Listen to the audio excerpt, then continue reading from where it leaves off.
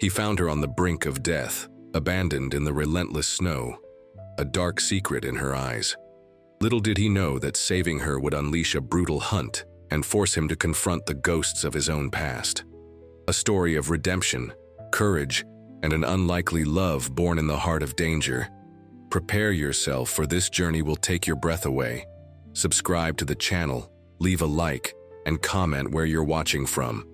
At the first sign that day would yield tonight, when the sun was just a pale smear behind the dense clouds heavy with more snow, the man, Elias, adjusted the collar of his bearskin coat. The wind's howl was almost human, a dragging lament carried by the snow that was beginning to cover the tracks of recent cruelty. On the threshold of the mountains that rose like teeth against the gray sky, where the dusty plains gave way to gnarled pine trees and the biting cold, he followed the nearly vanished trail of a deer. For hours, the track had been elusive, mocking his persistence with the same indifference with which nature treated all creatures who dared defy it.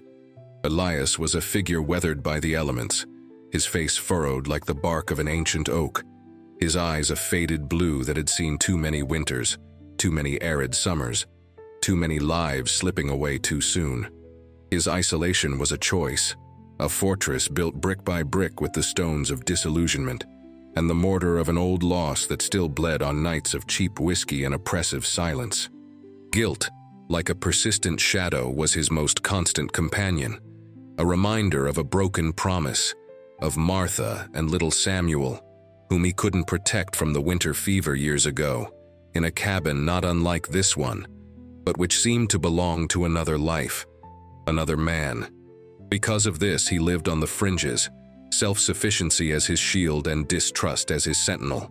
The law of the West was brutal, every man for himself, and nature didn't forgive the weak nor the distracted, nor those who allowed themselves to love too much. The smell of snow and pine, so familiar, was interrupted by something else, a metallic and subtle odor that made him stop, his hunting rifle secure in his gloved hands. It wasn't the deer, it was blood, fresh, human. His heart, which he judged long dormant, gave an uncomfortable jolt. He followed the smell, intuition guiding his steps through the increasingly deep snow until he found her, huddled against a dark rock, a human rag under a thin blanket of snow that was beginning to accumulate on her. Her skin translucent, almost blue under the faint light, her lips the same color, her breath an almost imperceptible puff, a fragile plume that threatened to dissipate at any moment. She seemed more a wraith than a woman, abandoned to her fate, in an act of savagery that even coyotes wouldn't practice with such calculated coldness. Around her, only the accusing silence of the white vastness and the occasional snap of dead wood under the increasing pressure of the ice.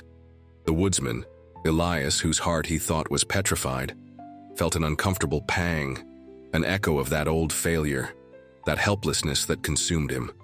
Leaving her there would be signing her death warrant, but bringing her into his reclusive life was inviting the unknown, perhaps danger. But her eyes, even half closed, seemed to plead, and he saw in them a reflection of Martha's suffering in her final days. Carrying her to his isolated cabin was a Herculean effort. She was light, dangerously light, but the snow made every step difficult, sinking his boots, and the wind mocked his sudden and unwanted compassion, lashing his face with ice needles. In the roughness of his home, a single room heated by a wood-burning stove that rumbled in the corner, with the smell of smoke, old coffee, and loneliness impregnated in the log walls, he fought against the death that tried to claim her. He removed her wet and icy clothes with a delicacy that surprised him, wrapping her in dry furs and thick blankets near the stove's heat. He prepared a thin broth with the few roots and dried meat he had, forcing small spoonfuls between her cracked lips. For hours, he watched over her feverish sleep, feeding the fire, moistening her lips, attentive to every fragile breath. The wind outside seemed to want to invade the cabin, as if nature itself was resentful that he had interfered with its relentless course. The days that followed were a tense routine of care and uncertainty. The woman, whose name he still didn't know, floated between consciousness and delirium.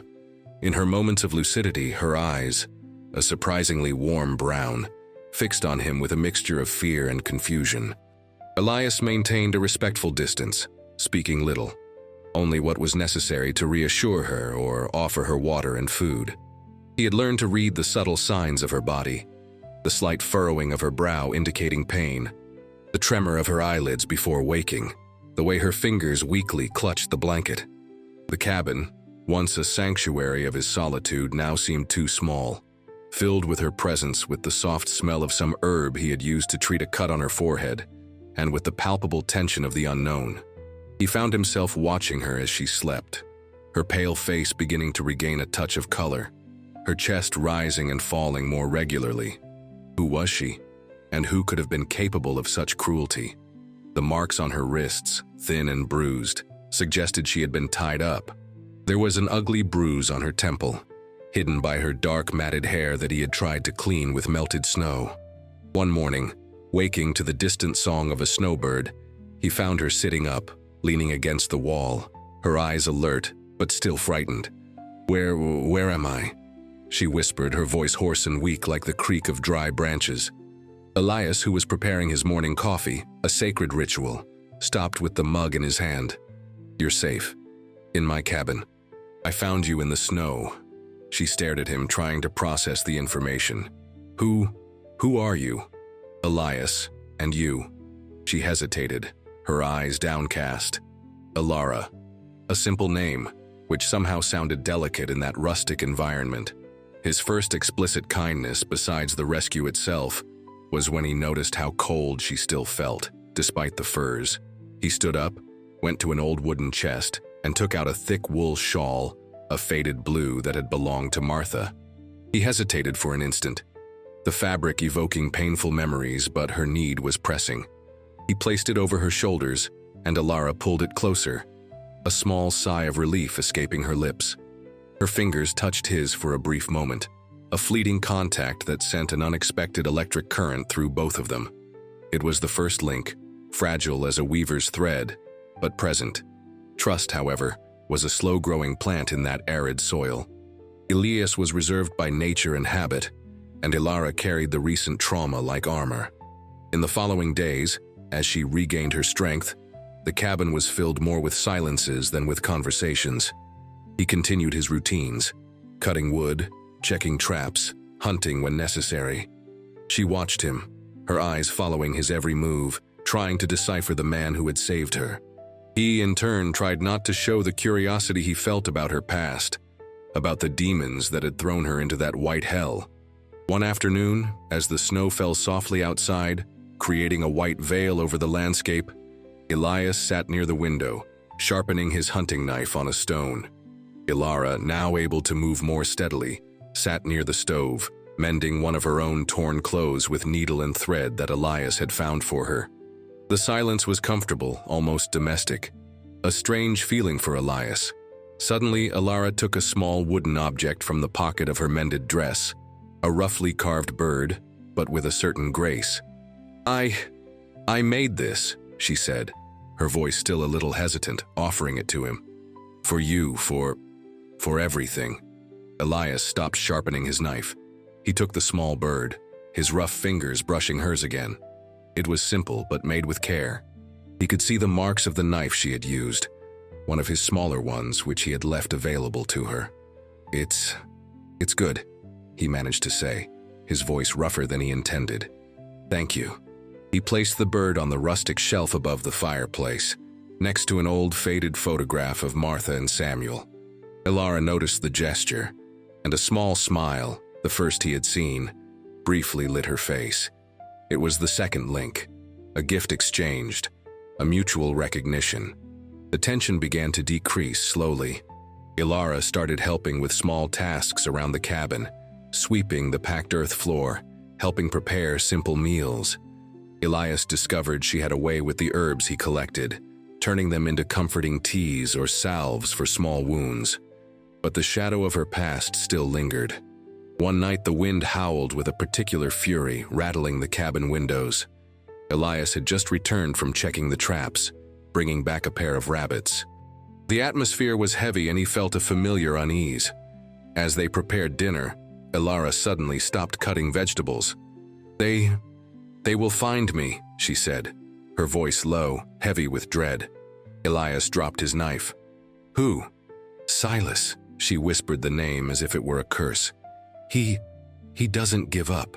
He thinks I'm his property. She began to tremble, and Elias saw genuine terror in her eyes. He moved closer, instinctively wanting to protect her. You're safe here, Elara. But the words sounded hollow even to him. The vastness outside was as much a protection as a threat. If someone was determined, they could find them. That night, Elias didn't sleep well. He lay listening to the sounds of the night, every creak of the wood, every gust of wind, imagining if they were the footsteps of Silas approaching. This was the first moment of intense suspense, the threat becoming more concrete, danger lurking in the shadows of the forest.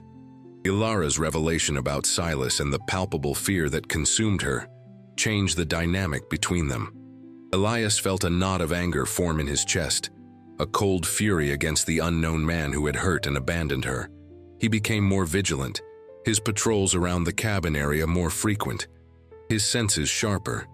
He cleaned and loaded his second rifle, an old but reliable Winchester, leaving it propped near the door.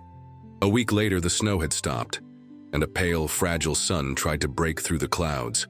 Elara was stronger, color returning to her cheeks, although the shadow of fear still lingered in her eyes. That afternoon, while Elias was repairing one of the traps near the cabin, Elara approached, bringing him a mug of hot tea. "Thank you," she said simply. They stood in silence for a moment, observing the white vastness. "Why do you live so isolated, Elias?" she asked, her voice soft. Elias sighed, the warm air forming a cloud in front of him. It was a question he hadn't expected, and an answer he rarely gave. He looked at the forest, at the distant mountains. I lost my family. A long time ago. Solitude became a habit." The words came out with difficulty, like stones pulled from a deep, dark well. Elara said nothing, just nodded understandingly. Then she spoke about herself, about Silas, a rich and influential merchant from the town she came from, a possessive and cruel man who saw her as a trophy. She had tried to escape him, but he had found her, and the punishment had been brutal. He said if I couldn't be his, I wouldn't be anyone else's, she concluded, her voice choked. Elias felt the anger rise again, but also a deep compassion. He understood the pain of loss, the feeling of being hunted. "He won't find you here," Elias said with more conviction this time. "I won't let him." She looked at him, and in her eyes was a gratitude that warmed him more than the tea. In that conversation, under the cold and indifferent sky, they shared their pains, their vulnerabilities. It was the third link, an exchange of confidences that deepened the connection between them. The cabin, before just a physical refuge, was beginning to become an emotional refuge. The winter dragged on, but inside the small cabin something new began to bloom. Elias found himself smiling more, a rusty but genuine smile. Elara, in turn, began to laugh, a clear, melodious sound that filled the space previously dominated by silence and the crackling of the fire. They developed a routine, a silent partnership. He hunted and cut wood.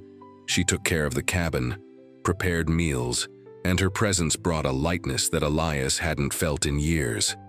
One night, a particularly strong blizzard trapped them inside. The wind howled like a hungry wolf, and snow piled up against the walls. Sitting near the fire, the silence between them was comfortable, filled only by the sound of the storm. Elara was sewing, and Elias read an old, worn book by the flickering light of the oil lamp. Suddenly, she put down her sewing. "Elias," she began, her voice low, "I'm afraid, not just of Silas, but of being alone again." Elias closed the book. He looked at her, at the vulnerability on her face lit by the fire. "You're not alone, Elara." He hesitated, then reached out and touched her hand, which rested on the sewing. Their fingers intertwined, and a warmth spread through both of them, a warmth that didn't just come from the fire. "I was afraid too," he admitted, his voice barely above a whisper, afraid of feeling anything again. It was a confession, an opening of his wounded soul that he hadn't imagined himself capable of making. She squeezed his hand, her eyes shining with unshed tears. "We don't have to be afraid together," she said. In that moment, trapped by the storm, but united by a mutual understanding, they leaned towards each other, and their lips met in a hesitant then firmer kiss. A kiss that sealed the promise of companionship and growing affection. It was the fourth link, shared vulnerability, the acceptance of each other's fragility. Elias's heart, which he thought had turned to stone, was thawing like a river in spring, its previously dammed waters now flowing with new hope. Nature, before a stern judge, now seemed to cradle the cabin with its wild sounds, as if blessing that unlikely union. But the tranquility was fragile as thin glass. A few days later, when the blizzard subsided and Elias went out to check the surroundings, he found what he feared most: fresh tracks in the snow, not of animals, but of men. There were several, and they clearly led towards the cabin. Silas had found them. The second moment of intense suspense settled in, heavy and oppressive. He ran back, his heart pounding in his chest. "Ilara, they're here. Get the rifle, quick." Panic threatened to overwhelm her, but seeing the cold determination on Elias's face, she found strength. While he barricaded the door and the small windows with planks and furniture, she loaded the Winchester, her hands trembling but steady. "How many are there?" she asked, her voice tense. "At least 3, maybe 4, Elias replied, his eyes sweeping the tree line. "Stay away from the windows." The silence that followed was almost unbearable, broken only by the sound of their breaths and the distant snap of a branch. Then, an arrogant voice cut through the cold air. "Ilara, I know you're in there. Come out, and maybe I'll spare the old man hiding you." It was Silas. His voice was like nails scraping a chalkboard. Elias looked at Ilara. "Don't worry, we'll get out of this." But he knew it would be a desperate fight. The first shot shattered the small pane of one of the windows, making Ilara flinch. Elias responded with a precise shot, and a cry of pain echoed from outside. The battle began. Shots were exchanged, the smell of gunpowder filling the small cabin, the acrid odor mixing with pine and fear. Elias moved with the agility of a predator, using every bit of cover, every shadow to his advantage. He was a man defending his territory, but more than that, defending the woman who had rekindled life in his heart. Ilara, despite her fear, reloaded the spare rifle, passed ammunition to Elias, her eyes fixed on him, a silent partner in that deadly dance. One of Silas's men tried to force the back door, but Elias was ready, and the man fell with a shot to the chest. Only Silas and at least one other remained. The hours dragged on, the tension increasing with every shot, every threatening silence. The sun began to set, painting the sky orange and purple, a cruel beauty amidst the chaos. "Elias, they're surrounding the cabin," Ilara whispered, seeing shadows move outside. Elias knew they needed a plan, or they would be caught in the crossfire. "When I give the signal, run to the root cellar. It's small, but it's the safest place." "And you?" she asked, her eyes wide. "I'll create a distraction." Before she could protest, he kicked a table towards the window, drawing a hail of gunfire. "Now, Ilara, go!" She hesitated, but obeyed, disappearing down the trapdoor in the floor. Alone, Elias prepared for the final confrontation. He knew Silas wouldn't give up easily. The front door splintered open, and Silas entered, a revolver in each hand, his face contorted with fury. Behind him, his last henchman. "Where is she, old man?" Silas growled. Elias didn't answer, just raised his rifle. The henchman advanced, but Elias was faster, a precise shot dropping him. Now it was just him and Silas. The confrontation was inevitable, the climax of the entire pursuit. Silas fired, and Elias felt a searing pain in his shoulder, the impact throwing him back. The rifle fell from his hands. Silas smiled, a cruel and victorious smile. "It's over for you, old man, and then I'll get what's mine." As Silas approached, triumphant, Elias saw movement behind him. Ilara, armed with a heavy iron poker from the stove, emerged from the root cellar. With a cry of fury and desperation, she struck Silas on the back of the head. He staggered, surprised, turning towards her. This gave Elias the time he needed. Ignoring the pain, he rolled, grabbed his hunting knife from his boot and lunged at Silas. The fight was brutal, hand to hand in the cabin's gloom. Finally, with a last effort, Elias managed to disarm Silas and put an end to the threat once and for all. Silence fell over the cabin, heavy and thick, broken only by the sound of Elias's ragged breathing and Alara's sobs. He got up, his shoulder bleeding profusely, and went to her, wrapping her in his arms. "It's over, Alara. It's over." She clung to him, trembling. Alara's act, coming out of the safety of the root cellar to attack him, risking herself to give him a chance, was the sacrifice that solidified the bond between them. It was the fifth link, forged in the fire of danger, a testament to the courage and love that had grown between them. The night that followed was long and painful. Alara, with surprisingly steady hands, cleaned and bandaged Elias's wound, using the herbs she had learned to identify. The pain was intense, but her presence, her care, were a balm for his soul as much as for his body. They dragged the bodies out of the cabin, into the cold snow, a grim task that sealed the end of that terrible chapter. In the following days, as Elias slowly recovered, the atmosphere in the cabin changed. The tension of the pursuit had disappeared, replaced by an exhausted quietness, but also by a new depth in their relationship. They talked more, shared meals in comfortable silence, and at night, slept close to each other, seeking and offering solace. The danger had passed, but the experience had marked them deeply. Elias looked at Alara and saw not just the woman he had saved, but the woman who had saved him too, from his own loneliness, from his own frozen past. A slight suspense still hung in the air in the first few days after the confrontation. Every creak of the house, every stronger gust of wind, made them start. Could Silas have had more men? Would someone come looking for him? Elias, even wounded, made cautious rounds, but the forest remained silent, guarding its secrets. The snow soon covered any traces of what had happened, as if nature itself wanted to erase the stain of violence. Gradually, this last shadow of doubt dissipated, making space for healing. Spring began to show its first timid signs. The ice on the edges of the creek began to melt, and the days grew a little longer. Elias, his shoulder still sore but healing well, began to repair the damage to the cabin.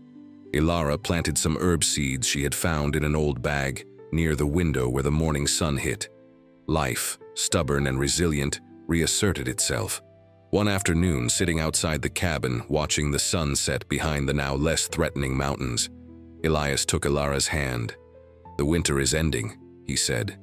You can go wherever you want now. You're free." Alara looked at him, a soft smile on her lips. "I know, but I think I've already found my place." She squeezed his hand. "If you want me to stay." Elias's heart, which he thought had turned to stone, leaped. The guilt over Martha and Samuel was still there, a deep scar, but it was no longer an open wound. He had learned that protecting someone didn't mean erasing the past, but rather building a future. "I do, Alara," he said, his voice choked with emotion. "More than anything." And there, on the threshold of the mountains, as the last ray of sun gilded the snowy peaks, the lonely woodsman and the woman he rescued from the snow found not just survival, but redemption and the promise of a new beginning. The cabin, once a symbol of isolation, became a home, warmed not just by the fire, but by the love that had blossomed amidst adversity. The wind's howl no longer sounded like a lament, but like an ancient song, celebrating the resilience of the human spirit and the unexpected strength of the heart. The shadow of Elias's guilt began to recede, replaced by the light of hope, and the brutal law of the West, for a brief and precious moment, seemed to yield to the gentler law of affection and companionship. Together they would face the seasons to come, no longer alone, but like two trees that, having withstood the same storm, intertwined their branches towards the sun.